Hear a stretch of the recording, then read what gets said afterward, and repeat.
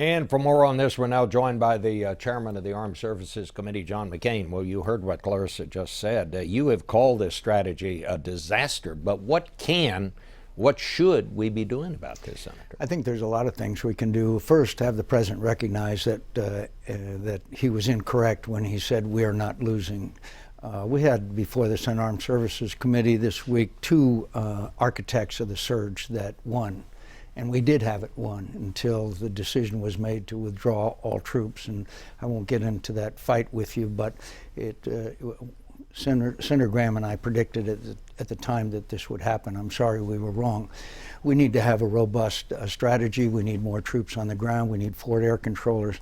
We're just referring to airstrikes. Do you know that 75% of those combat missions return to base without having fired a weapon? It's because we don't have somebody on the ground who can identify a static, a moving target. And we learned, you're going to be talking about the Vietnam War later on in this. We found in Vietnam that if you don't have the right strategy, air power is minimal in its effect.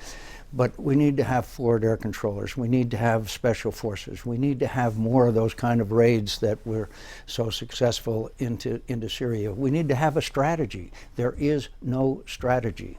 And anybody that says that there is, I'd like to hear what it is, because it certainly isn't apparent now. And right now, we are seeing these horrible the reports are now in Palmyra. They're executing people and leaving their bodies in the streets.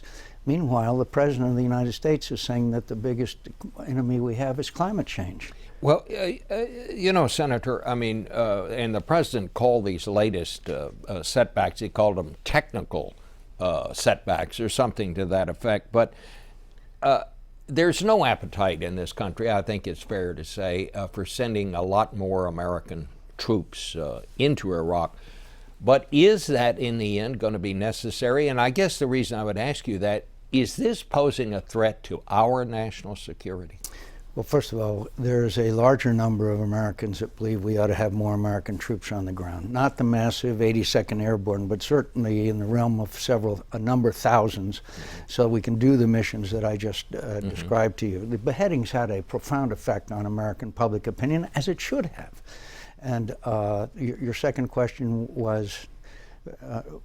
Well, what can we do? Oh, we can, as I say, forward air controllers, special forces, training, equipping.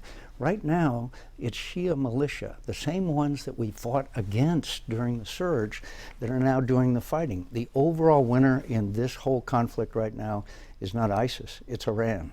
It's Iran who is controlling 4 countries now and on the move. Well, so where does that put us in relation to this this arms deal we're trying to work out to limit nuclear power with Iran? In the end, is that a good thing or a bad thing, Senator? I think it's a good thing if it's a good deal, but in the words of Henry Kissinger and George Shultz in an editorial in the Wall Street Journal, it went from trying to prevent Iran from ever acquiring a nuclear weapon to delaying it. And of course, when we continue to hear the Ayatollah and others say there'll be no inspection of military facilities, that sanctions will be listed immediately, we're hearing two very different stories. And I'm glad at least the Congress of the United States is going to have a role to debate this and to make a judgment on it. We're hearing in this campaign, which is already well underway, the Democrats are saying this is all George Bush's fault for going to Iraq in the first place. We're hearing the Republicans say, no, wait a minute, this is all Barack Obama's fault for pulling out our troops too soon from Iraq. Whose fault is it? And does that really matter anymore, whose fault it was? Well, obviously we don't want to ignore the lessons of history, but given the information that was there at the time given to the American people in Congress, that vote is certainly understandable, and there's a lot of questions about it.